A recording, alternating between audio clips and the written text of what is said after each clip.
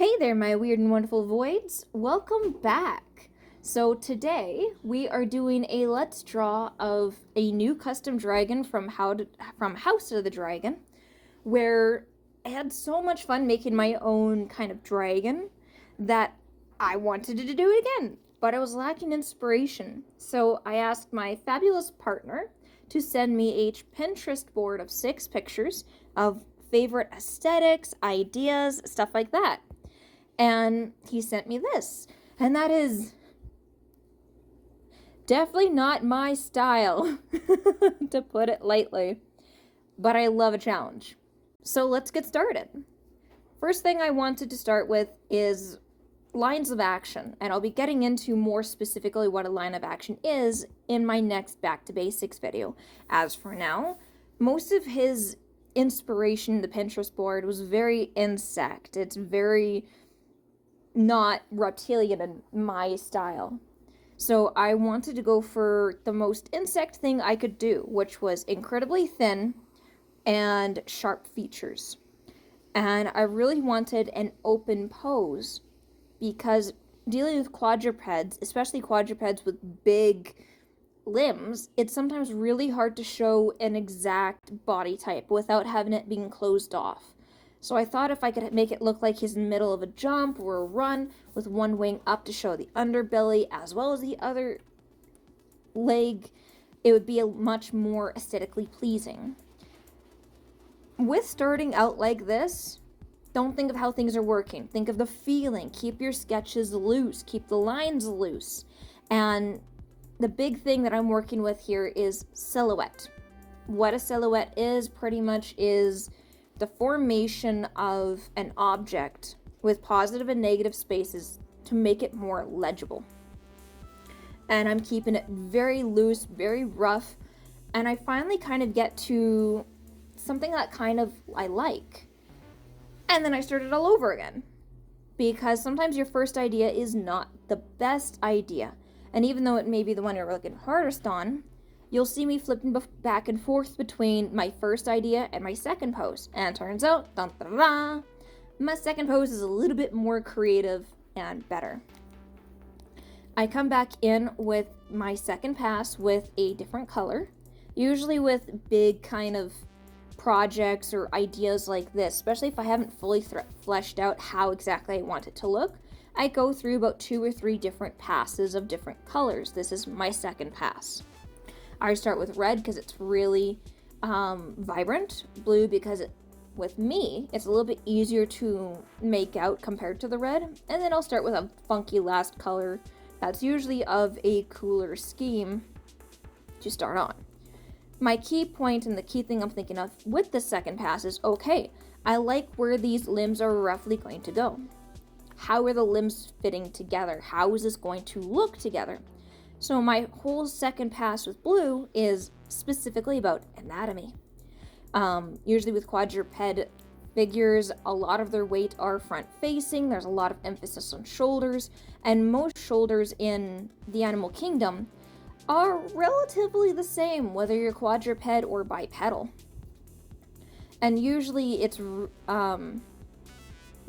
I would work on the far limb first, so I give an angle of where the second shoulder is going to go. I bring in muscle structure, I bring in bones, I bring in like thin lines of how I want the fingers to be laced or extended. With the more ferocious of a beast you want, the smaller of a head you want, because that looks more imposing. Meanwhile, if you want something more cartoony, you just blow up the head in size. Don't blow up heads. That's not that kind of video. This is not that kind of channel. As I was working on these wings, I really wanted to have that insect feeling, but it's so hard to have a different inspiration of an animal with something so iconic as a dragon, especially a wyvern-esque dragon, which is more 2 legs, 2 wings, 1 head kind of situation. Technically they're wyverns, but I won't tell J.K. Rowling. No, wait, wrong thing. Sorry. I won't tell the author I'm too lazy to look up the author's name right now. Come at me. I'm doing a challenge based on a show where I don't know the writer. Don't judge me. I'm tired. George R.R. Martin. So, I really wanted to have the insect feeling, and I got kind of the idea and inspiration of the Screaming Banshee or the Ikran of Pandora, of like the Avatar series, because that's so insectile, but the webbing, and I took some inspiration from that. And I wanted to add spikes because, you know, dragons love spikes. We love dragons with spikes. And then I wanted more of a gentle, flared tail that's more kind of like butterfly-esque to better contrast the wing shape.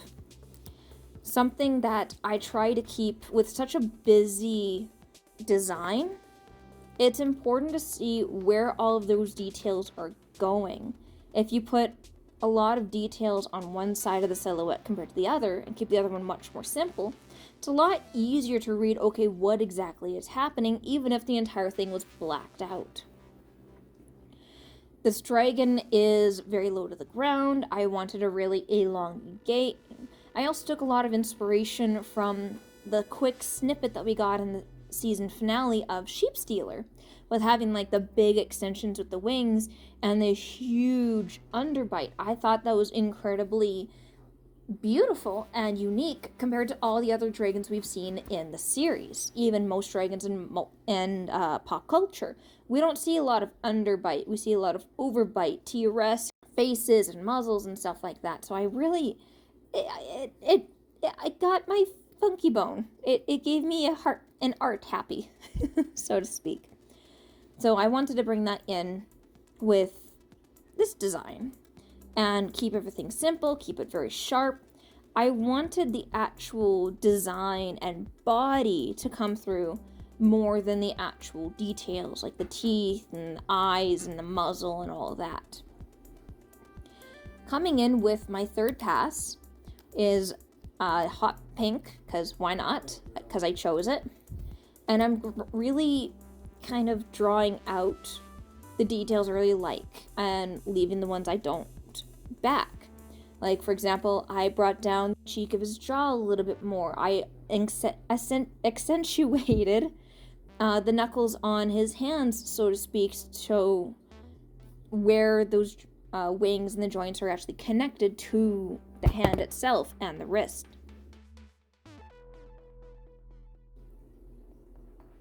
I'm redefining the muscle structure of the legs. I'm finicking with, like, adding a spike here, taking away a spike there, adding scales here. And I realized that the more I'm working on this, I'm getting a little bit too nitpicky on scales and types and stuff like that. And I thought I'd be better to, instead of focusing on nitpicking and micromanaging where the details are, I would just let it come to a life of its own and worry about that later and bring that in more with color, because I know that'd be a lot more vibrant than drawing it in with like a black. Also, tails are very hard, especially long tails, because it's so difficult to have it a similar size. I'm readjusting the wings because they were looking nice, and I liked nice, but I felt like I could push them a bit further.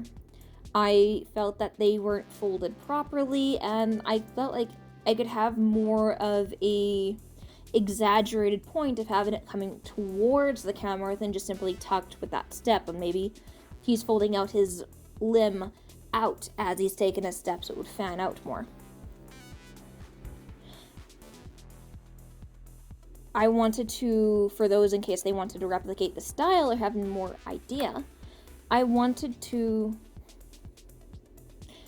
created space to have another bust to show how exactly his face is formed, because it's so small that if I try to put in a ton of detail in with his face right now, it'd get lost, or it'd get so cluttered it wouldn't be easily legible anymore. So I did overlapping shapes. I followed the general shape that I first started with blue and just kind of brought that in. My bad habit as an artist, especially a digital artist, is I love using all the space that's provided. I sometimes make things a little bit too big though with it. So readjusting, moving it down, adding contours, trying to figure out where the mass is. It can be quite tedious, and if you're not sure of how proportions are, it can be quite difficult. I also saw from how the wings looked that if I didn't have a clear example of how it worked, people might get a little bit lost on, okay, so there's not a full frill, it's just all segmented, and it's not.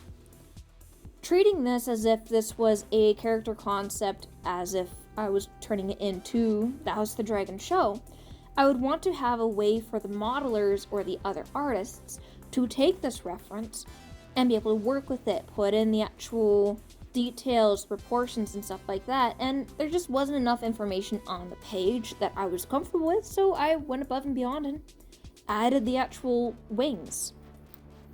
Keeping in with the muscle structure, and the bone length, and seeing like how exactly it connects to the body.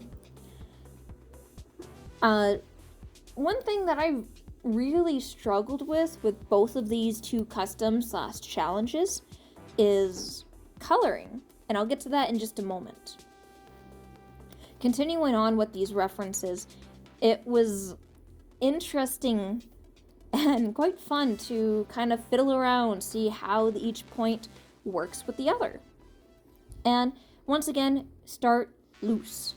As I said before, creativity does not like structure. Start with your creativity. Start with how you want it to look generally, and then go from there.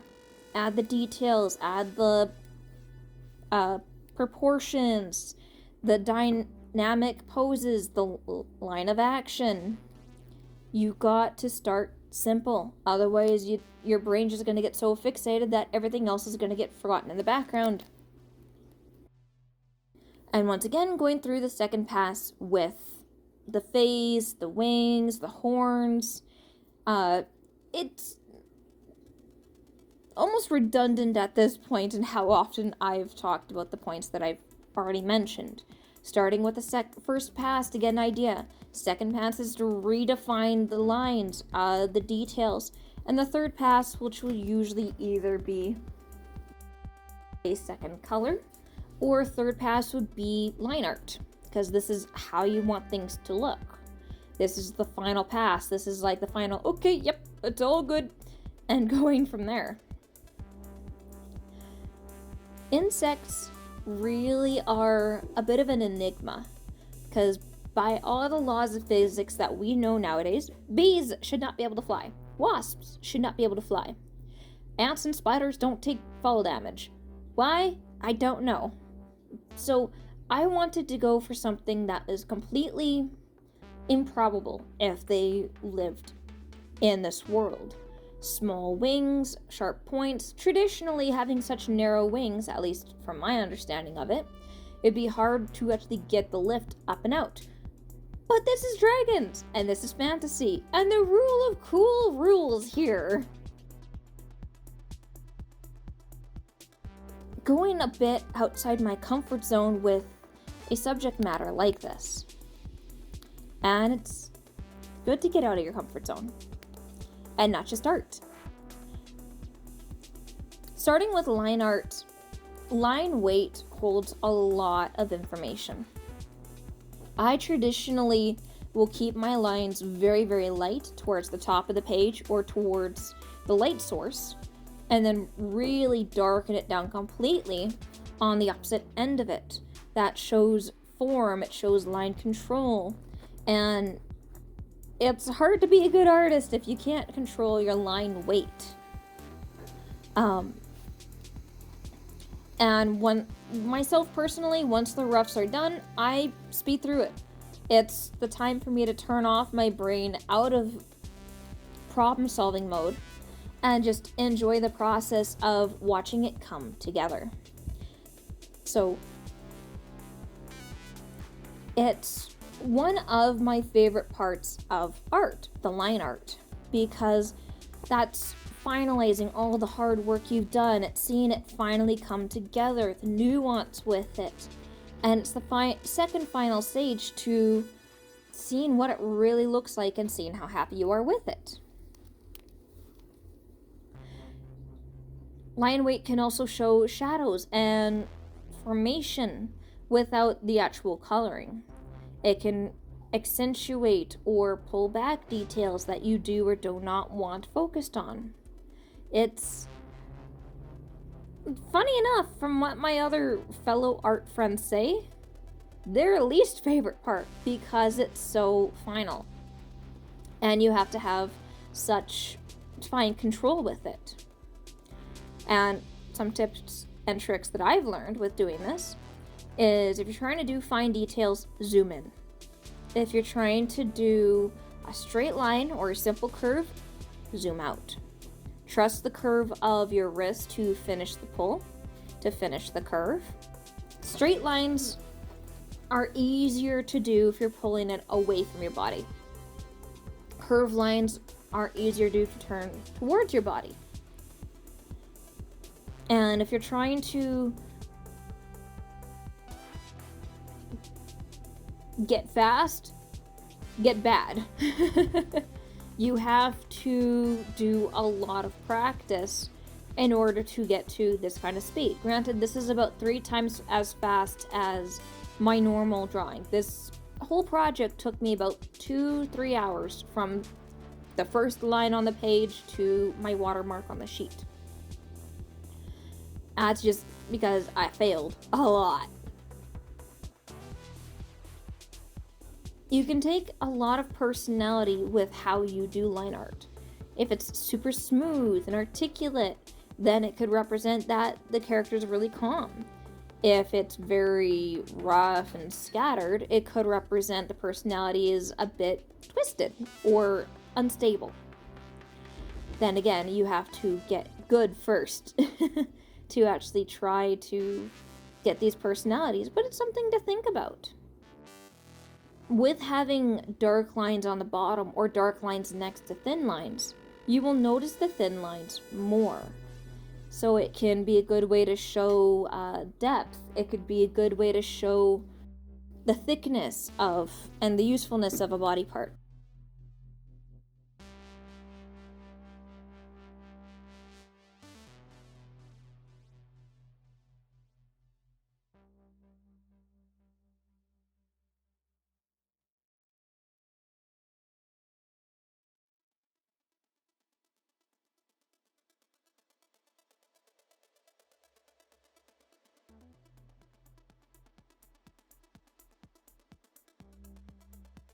And here, just as I showed, you gotta get bad. So enjoy this free example of my torture as I struggle to finish this damn tail. Because, as I said before, parallel lines are really hard to do, especially if they're not completely straight.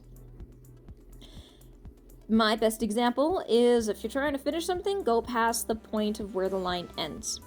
So if you're trying to finish a curve, go beyond the original line so it actually meets up together. So yes, enjoy my madness for a hot second.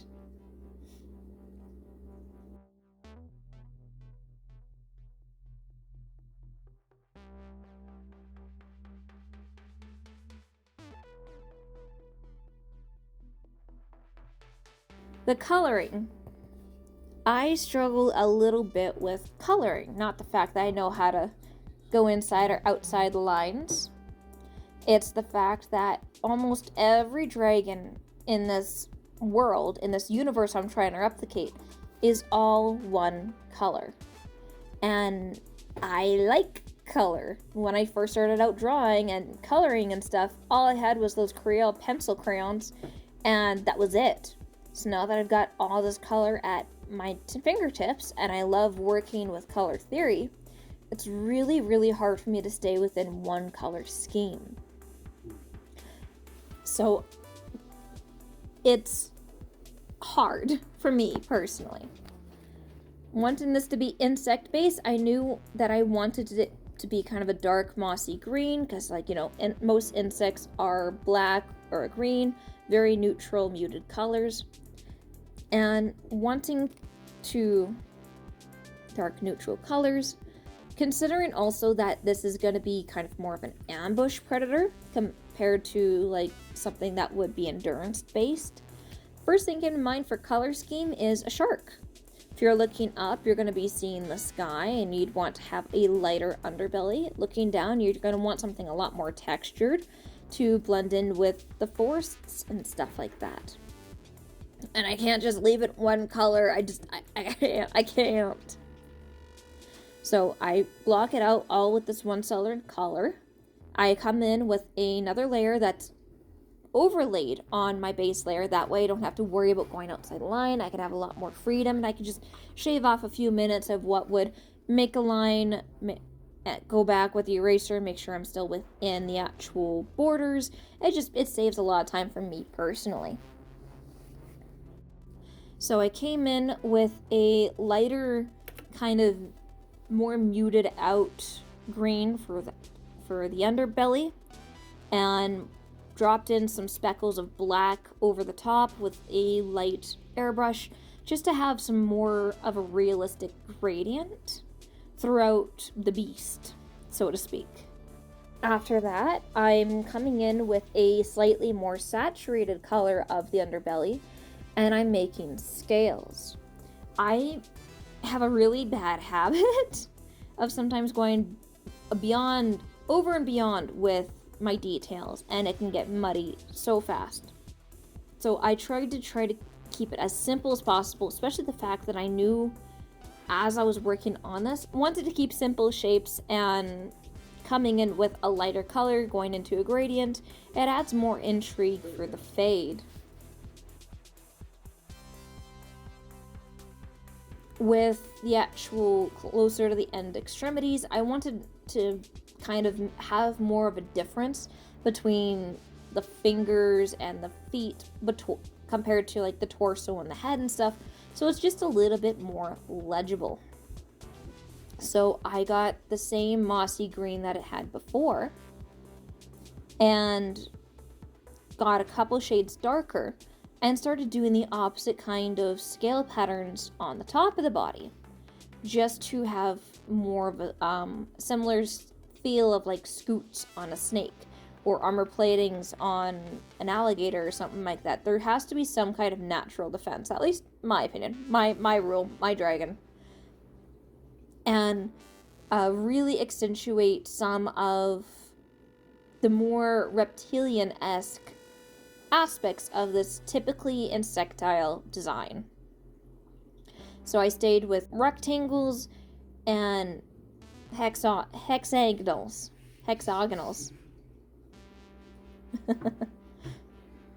And then I ultimately started to just black out the feet and the hands and come in with the eraser, since this is again on a different layer, and just erase it out to have more of a finite reptilian kind of look with it, and have it look more differentiated compared to the rest of the body, considering this leg, this arm, however you want to call it, is in the center of its body. We need to see exactly where it starts and where it ends. Otherwise, the brain's not going to like that, and this is going to look sloppy, and I don't want to be sloppy.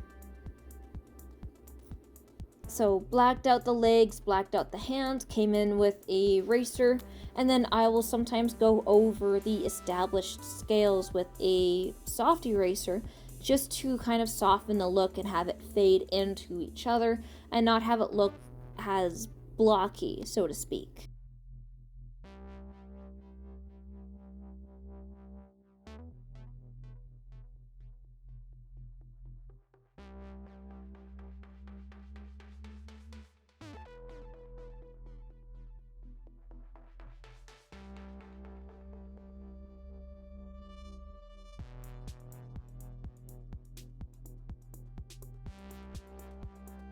The wings was much more iridescent to kind of soften the look. Harder to replicate the same patterns when you have to repeat it again on a reference sheet. So I'm just trying to keep it as simple as I can, rough shapes, simple lines, stuff like that. Going over once over, and then I started adding more details and aspects to the actual face, where the muzzle ends, how the bone structure comes through, the shading and the design of the horns. And because, like, the face is the main part. The face is what we're going to be looking at. The face is going to be the last thing you see before you're perished with dragon flame, so to speak. So just wanted to have some TLC for the muzzle and the face. I ultimately decided to go for the chin, not to have any extra, because ultimately I came back with a darker color in my third color layer to just have more of an exaggerated design, because animals don't usually have only two designs. The wings I wanted to have more shimmery, almost iridescent, so I started with a much vibrant color to refract the light and to show myself where I want the folds to end, very loosely. Smudge it together to soften up the lines. Then I come in with a more muted color, dark muted color. Have more of a definition of where those folds actually line up. Dark colors and light colors, when they meet, it becomes oversaturated and we'll get a much more vibrant hue.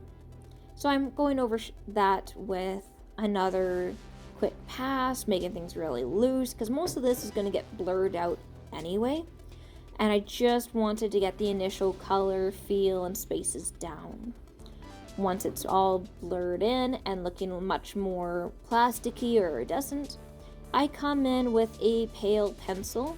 I'll put in shimmer at the parts where the light most meets, and just along the creases, just to have a more organic feel with it, as well as on the fingers and the ribbing of the actual wings itself, just to highlight the ends and the bones with it.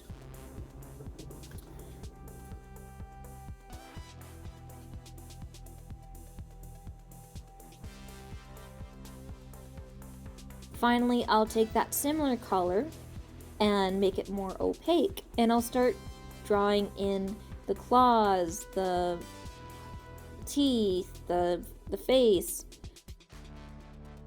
as well as using that same color to highlight the scales.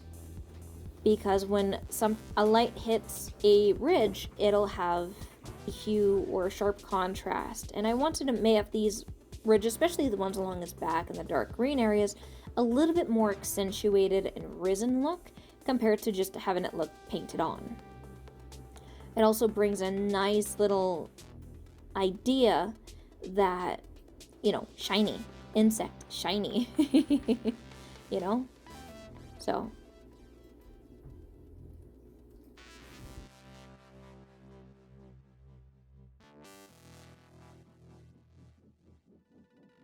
Once I'm happy with the final passes of the colors, the details, the scales, just to add some extra little bit of polish, I will make 2 layers on top of the group that I've already made and have it be multiply and divide. The divide layer will be for my shadows, and overlay will be my highlights and hues. With my overlay, I usually have that last because it plays very nicely if you put it over top of the multiply layer, and it can add a nice little glow effect to it. I will do shadows in the blue hue and very light because it's multiplying, it's immediately darkening everything, but not to the point where it's blacking it out. I don't like using black for my shading, simply because it just makes everything really ashy, and there are very few things in real life that are totally black, especially considering shadows. With the final markings, I came in with a much darker color to highlight the horns, his jaw, his spine, and add a few stripes along the edge of just, more creative outline compared to the rest of the body where it's very like formal and organic and stuff like that. And then I kind of play with the overlay, the blending. I ultimately went for a soft brush to have more of a faded look, more organic, so to speak. And that really helps give him a final definition between neck, his jaw, his fingers, stuff like that. It really helps bring his torso forward compared to that back wing.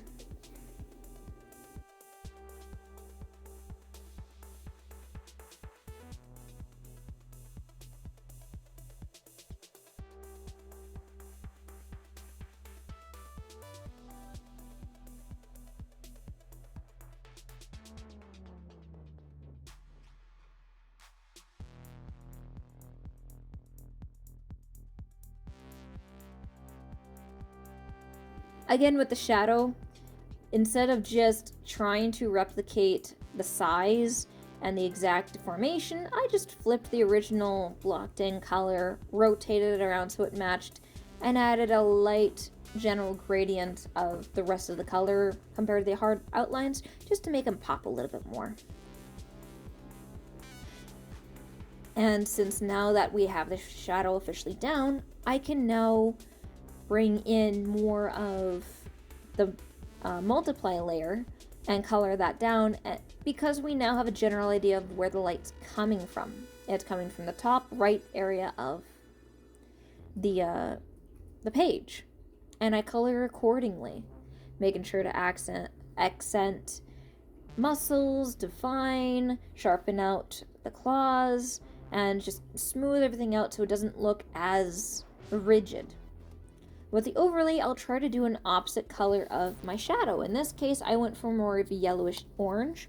Just with some soft pastel, or probably with a soft pencil, I came in and highlighted the head, the neck, some parts of the wings, and mainly the shoulder blades and the big part of the scaly parts of the body, to just have it look more iridescent and just bring in a final edge of life in with it.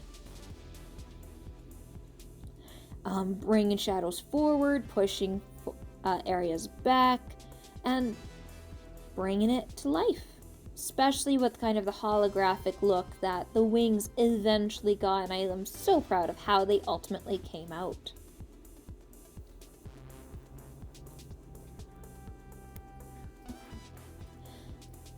So here he is. And because of the inspiration with insect, my partner had the fabulous idea of wanting to name this Monarch. So, one more quick surprise. As you see right here, I actually am enjoying this so much, I'm putting out a raffle.